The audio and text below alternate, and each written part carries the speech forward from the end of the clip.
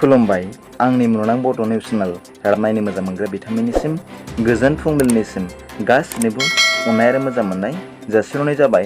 आसा खालामो नोंथांमोनहा गासिबो मोजाङै दं। नोंथांमोननि थाखाय आं गोदान भिडिअ लाना फैलायबाय। अन्नानै भिडिअखौ स्किप खालामाजासे जोबजासिम नायलांदो। टुडे बिदिबा गोबाव खालामाजासे रादाबखौ जागायनोसै। दिनै फुंबिलिनि मोननैसो गाहाय रादाबफोरा जाबाय।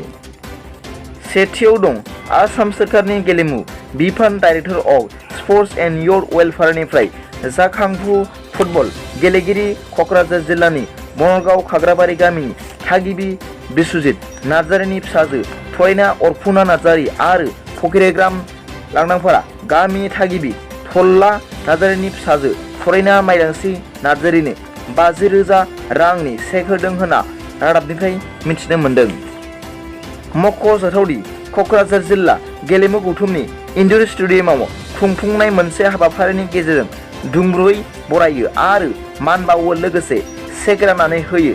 आसाम फुटबल गौथुमनि गाहाय नेहाथारि बारग' एमएलए हेमेन्द्रनाथ ब्रह्म बिथाङा बे हाबाफारियावनो क'क्राझार जिल्ला गेलेमु गौथुमनि गाहाय नेहाथारि प्रेमजित नार्जारि आरो गुबुन बिबानगिरिफोरा बाहागो लादोंमोन होनना खौरां मोननाय जादों। नैथियाव दं मोनसे सोद सुलुंनि बिथाजों सं दाननानै हाग्रा बिफाननि मावथिफोरा हलथुगाव हाग्रा खोन्दोनि सिङाव थानाय बिसमुरि जर्दानपुराव गोबां बिबांनि दंफांफोरखौ सिखाव फालांगिफोरा गारियाव दैखोनाय समाव हमनो हायो।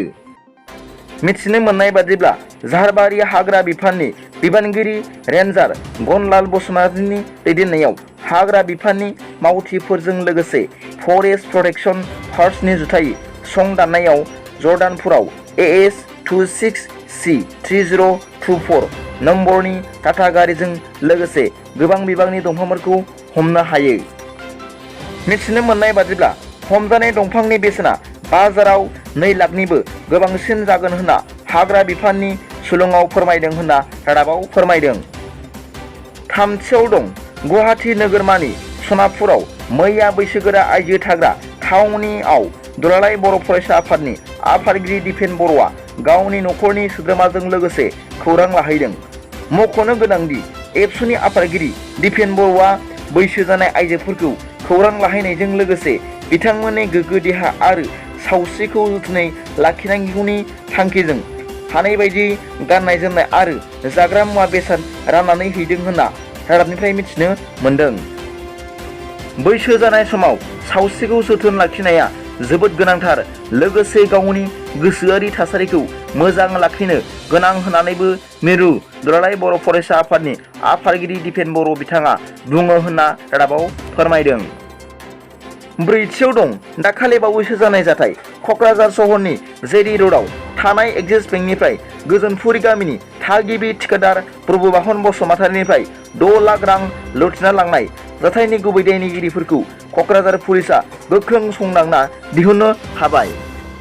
मिथिनो मोननाय बादिब्ला कारिगाव ओनसोलाव रांनि मनाखौ नागिरनो थांनाय समाव पुलिसनिफ्राय खारखोमानो नाजानाय समाव पुलिसआ बिनय दासखौ आथिङाव गुलि गावना जोखोम खालामो आरो दा जोखोम जानांनाय दाखाथिखौ मैया फाहामथायनि थाखाय क'क्राझार RNB सिभिल देहा फाहामसालियाव थिसननाय जाबाय होनना मिथिनो मोननाय जादों।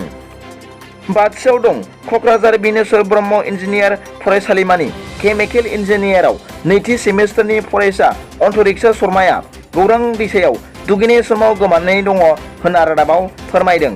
गुवाहाटि मिर्जानि थागिबि क'क्राझार बिनेश्वर ब्रह्म इन्जिनियार फरायसालिमानि फरायसा अन्तरिक्षा शर्माया 7 लोगोफोरजों गौरां दैसायाव बेलासि समनि 4 रिंगायाव दुगैहैदोंमोन। नाथाय दुगैनाय समावनो हरखाबै गौरां दैसायाव गलाङो होनना मिथिनो मोननाय जादों। नाथाय दासिमबो नागिरबाबो मोननो हायाखै होनना पुलिस आरो SDRF बिफाना रादाबनि गेजेरजों फोरमायदों। फुंबिलिनि मोननैसो रादाबा दा बेखिनिल'मोन। सोरबाफोर आंनि चेनेलखौ दिनैसो गोदानै नायसनदोंब्ला अन्नानै साबस्क्राइब खालाम आरो बेल आइकनआवबो थुनानै हो जाहाथे आं गोदान निउस आपडेट लानानै फैयोब्ला नोंथांनियाव सिगांग्रो नटिफिकेसन सौहैयो। दा बेलासिनि रादाबाव नोंथांमोनखौ गोसो गोथारै आंनि चेनेलनिफ्राय बरायहरनाय जाबाय। गोजोन्थों। एसेनोसै।